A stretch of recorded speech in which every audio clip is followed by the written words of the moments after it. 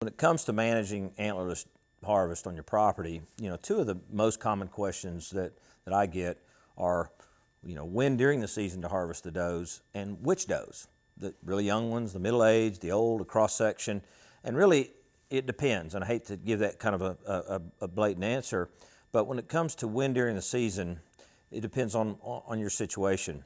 If in fact that you have a difficult time harvesting enough does in your property, you have a lot of high deer density, perhaps not a lot of hunting, a lot of hunters or hunting opportunity, get after it as soon as you can. Bow season, gun season, whenever you can. Obviously, if you can't get your density under control, earlier is better than late. Waiting late in the season can be an effective strategy. It does allow you to hunt some of your mature bucks undisturbed from doe harvest during the season, but I've seen it over and over. I mean, what happens late in the season? Some hunters have harvested a buck, they're done with enough meats in the freezer. You got football, you got holidays, you got lousy weather, you got a lot of excuses not to get out late season and fill those doe tags. So in most cases, starting earlier is better. Now, there are a couple of caveats to that.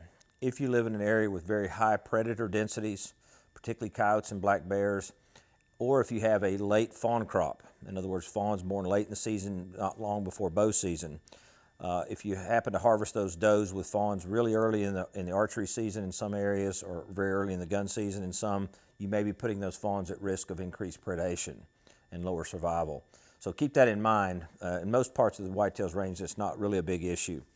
The other, which does do you harvest? Do you harvest the young ones? Do you harvest middle-aged does, old does? First of all, there's a notion out there, and I've heard it before, shoot those old flop-eared barren does. Well, I can tell you that's largely a myth. There's been countless cases, and I've personally had many of those in my days at the University of Georgia's Deer Research Facility, where we had does that were 12, 13, 14, 15, 16 years old, still giving birth to twin fawns. So don't worry about shooting an old barren doe that's quit producing, because that's pretty much an old wives' tale. Now, again, it comes down to your objectives. If you're in a low deer density area, you don't have a lot of does, you don't really need to shoot a lot of does, then in most cases it's better to harvest a young doe in that case, because they're not of reproductive age that year. So in other words, they're not going to hurt your fawn crop. So harvesting younger does, if you only can take a few does, take the younger ones. If you're in a situation where you got a high deer density, you're really trying to push that doe age structure down, then it makes sense to shoot mature age does. Those are the most productive. So shooting a doe fawn isn't going to help you a lot. It's going to count one.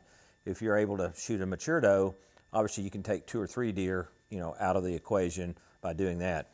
So again, it depends. In most cases, hunters are kind of harvesting across the spectrum, trying to, just reduce deer density a little bit, kind of keep the herd in check. A good cross-section of harvest is just fine in that case. The only caveat against shooting those young does, regardless of your situation, is that you have an increased chance of harvesting a button buck. So be extra careful if you do harvest young does. There's nothing biologically wrong with harvesting young does, but again, it does increase your chances of making a mistake. So keep those in mind the next time you're out harvesting antlerless deer, and I think you'll be in good shape.